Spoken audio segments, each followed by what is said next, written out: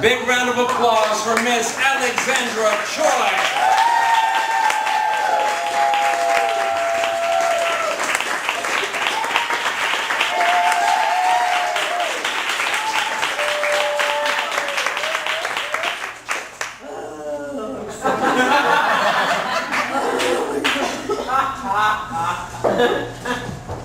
Hello. Oh goodness. Hello. My name is Alex. Oh my gosh. You know what? Can I just tell you guys a secret? Yeah. I have really bad stage fright. I know it doesn't make any sense because I am an actress and I want to do stand-up, but I think I know why.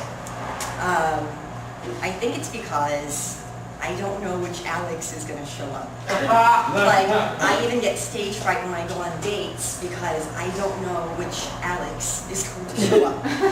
So I'd like to introduce you to the two Alexes that I'm working with here. There is the Jubilee Alex, and then there is the origami Alex.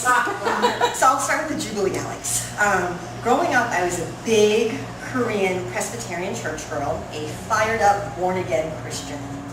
And when I was a sophomore in high school, our church youth group decided to put on a show every summer called Jubilee. And Jubilee consisted of singing, dancing, and acting. Now, the most coveted role was the host MC for the show, and since you got to be the bass, I wanted it really, really badly. So I remember I begged and pleaded for the part, but my youth pastor made me wait 3 goddamn years. But I got it, and let me tell you, I sobbed and sobbed like I won an Oscar. And we put on a heck of a show, the best in my opinion, and I became the talk of my church. The whole congregation was saying to my family, oh my gosh, we have a star at a church. She's going to be famous one day. And I was on cloud 9. So that is the Jubilee Alex. Now let me tell you a little bit about the origami Alex. So summer passed and school started up again. And every student was required to take a speech class in order to graduate. I got mine that semester.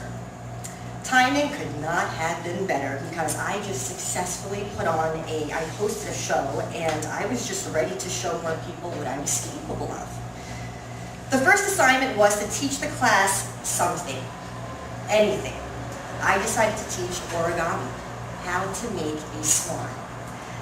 I remember sitting there in class and all of a sudden my nerves were no longer my best friend. In fact, I felt like my mind and body were betraying me simultaneously. My hands began to sweat, they got all clammy, my heart began beating hard, like I thought it was gonna start punching people. And I was pulsating so much that I thought the chair I was sitting on was moving with me, and people were going to think I was like possessed or something. And then just when I thought to myself, you know what, screw this, I'm just going to take this class next semester, I'm out of here. And I got up to pretend to go to the bathroom, and then my teacher calls on me. So I gathered my stack of origami papers, and I quickly made my way to the front of the class. So I get there, and what the fuck? My hands went from drenched to completely freaking dry now. So dry that I couldn't even pick up the paper to hand it out. Now I was forced to lick my finger to pick up the thin paper, and all I kept thinking was, oh great, they're probably getting all grossed out by me right now because I'm spreading my cooties. So I just dropped a stack of papers on someone's desk and I said, please just pass it down. And then I went back to the front and we began. Now I don't know if you're familiar with how origami works, but it's a lot of folding and unfolding. So whenever I had the class fold with me, I felt like, okay, were making progress. I felt productive. But then when I asked them to unfold, I felt like the class was backtracking and I was wasting everyone's time. Naturally, I rushed more. So when I get nervous, I profusely sweat, but selectively. I sweat on my upper lip and my chest area. So I felt the sweat accumulating in my chest area, and huge sweat drops were one by one dripping down past my bra, down to my belly button. And I couldn't let the class see, so I hunched over like this, and I held my stomach in. But I had to breathe, right? So whenever I took in a breath, there it went. My shirt just soaked it right up. Now, I was standing there in front of class with trembling hands, glistening upper lips, and a huge sweat stain that looks like an ink blot. So we somehow got through it. My swan should have looked the best because I was the teacher.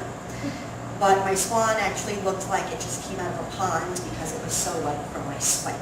I walked back to my seat, and all I remember was feeling like, you know how when you get into a car accident and because of the, for hours, because of the aftershock, your whole body's shaking and you're just trying to make sense of what happens, that's how I was feeling. So I don't remember anything after that, and that is the origami, Alex. So now I am a performer, and I face this fear more often than I'd like to. But I'm learning something. I am learning that my job isn't to judge and be perfect, but my job is to simply welcome and accept whoever shows up. So, in case you're wondering which Alex was here tonight, I honestly did not know, so I just promised myself. I said, Alex, just be in the moment, and I'd like to thank both Jubilee and Origami Alex for being here. And